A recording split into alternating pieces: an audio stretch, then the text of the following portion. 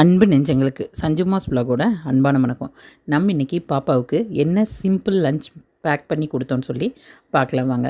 Lemon ரைஸும் அது கூட இன்றைக்கி வாழைக்காய் ஃப்ரை பார்த்திங்கன்னா ரொம்ப ரொம்ப சிம்பிளான ரெசிபி. அதாவது அடுப்பில் கடாயை வச்சு கொஞ்சமாக கோகோனட் ஆயில், நம்ம எப்பவும் பொரியலுக்கு செய்கிறத விட கொஞ்சம் அதிகமாக கோகோனட் ஆயில் விட்டு ஆயில் ஹீட் ஆனதுக்கப்புறம் கடுகு போட்டு நம்ம கட் பண்ணி கொஞ்சம் மஞ்சத்தூள் போட்டு தண்ணியில் ஊற போட்டிருக்கிற அந்த வாழைக்காய் பீஸுகளை எல்லாம் எடுத்து நல்லா கொஞ்சம் வணக்கி விடணும். கொஞ்சம் வணங்குப்பட்டதுக்கப்புறம் பார்த்திங்கன்னா தேவையான அளவுக்கு உப்பும் குழம்பு மிளகாய்த்தூள் போட்டு கூடவே பாப்பாவுக்கு கொஞ்சம் சளி இருக்கிறதுனால பெப்பர் கொஞ்சம் சேர்த்திக்கலாம். அப்படிங்கிறனால கொஞ்சம் பெப்பரும் தூக்கலாக போட்டு நல்லா ஃப்ரை பண்ணி எடுத்தால் அருமையான கிறிஸ்பியாக உள்ளே வந்து சாஃப்டாக இருக்கிற மாதிரி ஒரு வாழைக்காய் ஃப்ரை கிடச்சிரும். அது கூடவே பார்த்திங்கன்னா லெமன் ரைஸ். இதுதான் பார்த்திங்கன்னா இன்றைக்கி நம்மளோட சிம்பிள் லஞ்ச் பாப்பாவுக்கு பேக் பண்ணது.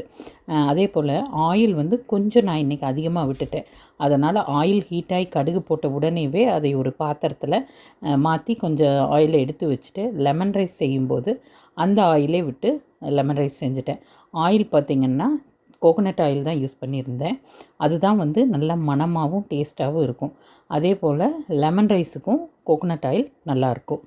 இது அப்புறம் பார்த்திங்கன்னா இன்றைக்கி நம்ம சொல்ல வேண்டிய ரொம்ப ரொம்ப முக்கியமான விஷயம் என்னென்னா, நிறைய பேர் அதாவது யூடியூப்பையும் அவங்களோட சொந்த வாழ்க்கையும் கனெக்ட் பண்ணிக்கிறீங்க. அது ரொம்ப ரொம்ப தப்புங்க. இப்போ நீங்கள் ஒரு சினிமா பார்க்குறீங்க, அந்த சினிமாவில் இருக்கிறத உங்கள் வாழ்க்கைக்கு ஒத்து வருமா? அது வந்து ஏற்றுக்கிற நீங்கள் யூடியூப் ஆகட்டும், ஒரு சோஷியல் மீடியாவையும் உங்கள் லைஃப்பையும் ரொம்ப கனெக்ட் பண்ணிக்காதீங்க. அதாவது சோஷியல் மீடியாவில் பார்க்கும்போது அவங்க பாடுறாங்க, ஆடுறாங்க, அவங்க சந்தோஷமாக இருக்கிறாங்க, அவங்க நிறைய பணக்காரங்க, நிறைய சம்பாதிக்கிறாங்க. அதெல்லாம் ரொம்ப ரொம்ப தப்புங்க. நான் கிட்டத்தட்ட யூடியூப் ஆரம்பித்து 3.5 வருஷம் ஆகுது. இன்னும் யூடியூப்லேருந்து ஒத்த பைசா என் கைக்கு வந்ததில்லை.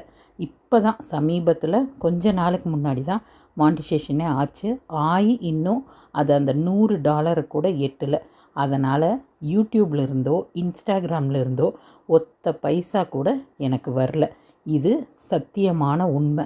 இதை வந்து பார்க்குற நிறையா சொந்தக்காரங்களாகட்டும் இல்லை தெரிஞ்சவங்களாகட்டும் கேட்குற கேள்வியே, உங்களுக்கு என்னப்பா, உங்களுக்கு யூடியூப்லேருந்து ஊறப்பட்டது வருது அப்படின்னு ரொம்ப மனசு வலிக்குதுங்க. வேதனைப்படுத்தாதீங்க போதும். அதாவது நான் வந்து ஒரு நல்ல விஷயத்துக்காகத்தான் யூடியூப் ஆரம்பித்தேன். அதில் வந்து என்னோடய சந்தோஷ பகிர்வாக தான் இந்த டான்ஸை ஆடுனே ஒழிய அது அடுத்தவங்களை கேவலப்படுத்தவோ அல்லது தப்பாக பயன்படுத்தவோ